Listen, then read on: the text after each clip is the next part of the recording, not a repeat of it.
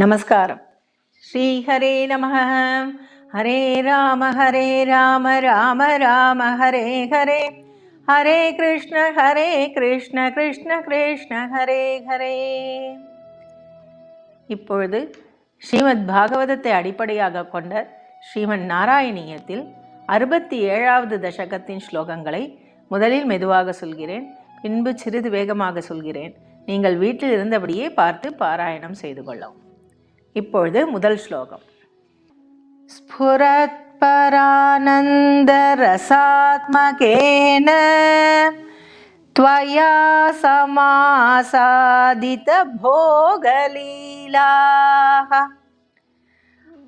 அசீமமானந்த பரம் பிரபன்னா மகாந்தமாபுஹு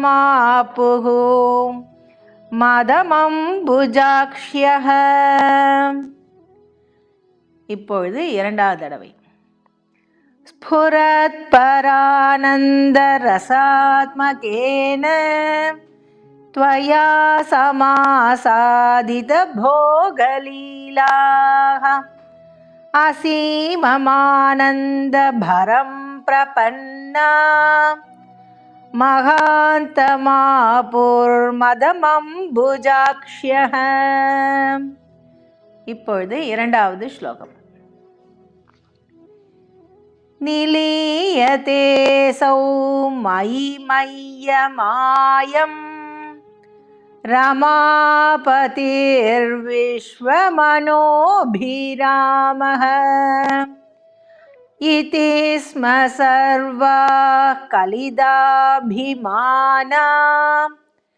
நிரீக்ஷ்ய கோவிந்த திரோஹிதோ பூஹு. இப்பொழுது இரண்டாவது தடவை. நிலீயதே சௌ மயி மய்யமாயம் ரமாபதிர்விஸ்வமனோபிராமஹ இதி ஸ்ம சர்வாः கலிதாபிமானா நிரீக்ஷ்ய கோவிந்த திரோஹிதோ பூஹு. இப்பொழுது மூன்றாவது ஸ்லோகம்.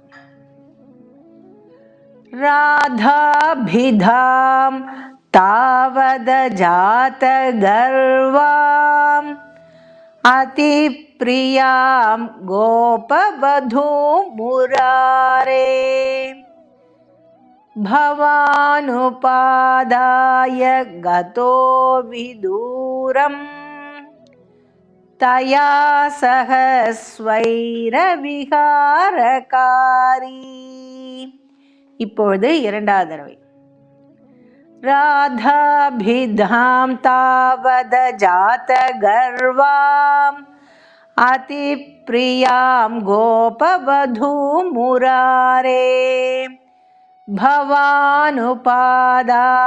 கதோ விதூரம் தயா சக ஸ்வைர விஹாரகாரி. இப்பொழுது நான்காவது ஸ்லோகம். திரோஹிதேத த்வயி ஜாத தாபாஹ சமம் சமேதாஹ கமலாயதாக்ஷ்யஹ வனே வனே த்வாம் பரிமார்கயந்த்யோ விஷாதமாபுஹு பகவன் அபாரம். இப்பொழுது இரண்டாவது தடவை.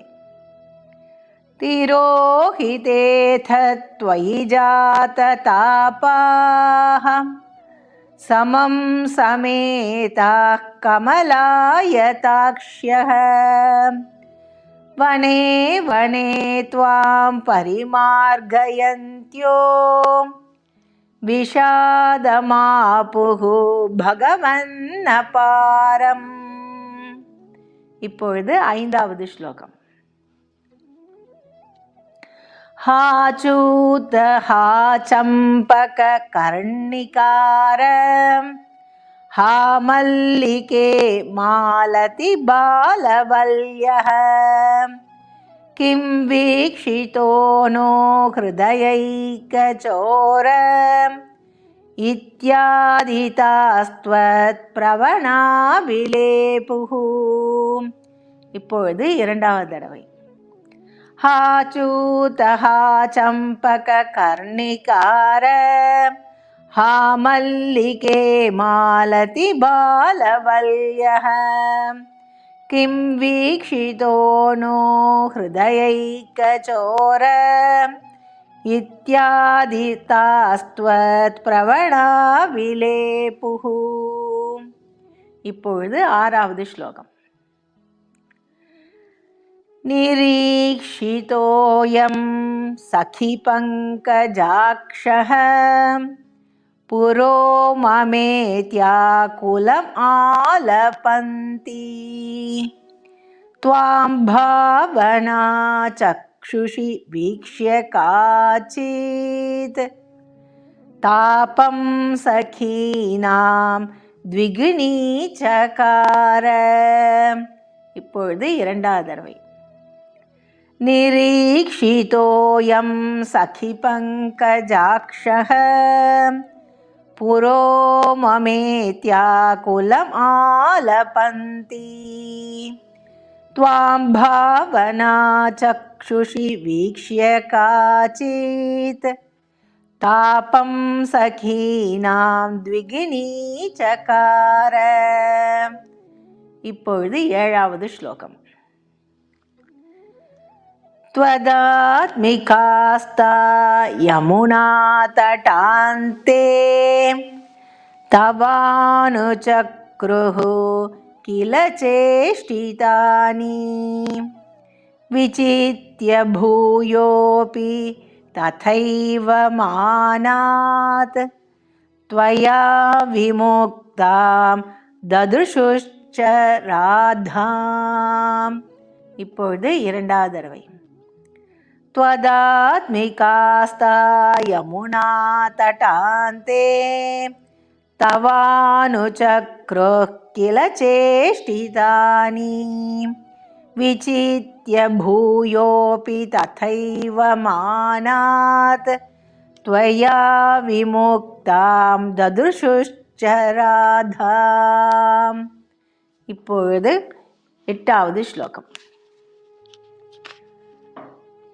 ततः समन्ता विपिने समन्तात् तमोऽवतारावधिमार्गयन्त्यः पुनर्विमिश्रा यमुनातटान्ते भृशं विलेपुश्च ஜகுர்குணாம்ஸ்தே. இப்பொழுது இரண்டாவது தடவை. ததः சமந்தா விபினே சமந்தாத் தமோவதாராவதிமார்கயந்த்யः புனர்விமிஷ்ரா யமுனாதடாந்தே भृशं विलेपुश्च ஜகுர்குணாம்ஸ்தே. இப்பொழுது ஒன்பதாவது ஸ்லோகம். ததா யதா சங்குலமானசானாம் व्रजाङ्गनानां करुणैकसिन्धो जगत्त्रयी मोहनमोहनात्मा त्वं प्रादुरासीरयि मन्दहासी. இப்பொழுது இரண்டாவது தடவை. तथा यथा सङ्कुलमानसानां व्रजाङ्गनानां करुणैकसिन्धो जगत्त्रयी मोहनमोहनात्मा त्वं प्रादुरासीरयि मन्दहासी. இப்பொழுது பத்தாவது ஸ்லோகம். சந்திக்த சந்தர்ஷனம் ஆத்மகாந்தாம் த்வாம் வீக்ஷ்ய தன்யः சகசா ததானீம் கிம் கிம் ந சக்ருஹு प्रमदाति भारात् सत्वं गदात् पालय मारुतेश. இப்பொழுது இரண்டாவது தடவை. சந்திக்த சந்தர்ஷனம் ஆத்மகாந்தம் त्वां वीक्ष्य तन्व्यः सहसा तदानीं किं किं न चक्रुः प्रमदाति भारात् सत्वं गदात् पालय मारुतेश. श्रीहरे नमः. हरे राम राम राम हरे हरे, हरे कृष्ण कृष्ण कृष्ण हरे हरे. இத்துடன் இந்த தசகம் பூர்த்தி அடைந்தது. இனி அடுத்த தசகத்தை அடுத்த வீடியோவில் பார்க்கலாம். லோகா சமஸ்தா சுகினோ பவந்து. ஸ்ரீ ராதே கிருஷ்ணா. நாராயணா.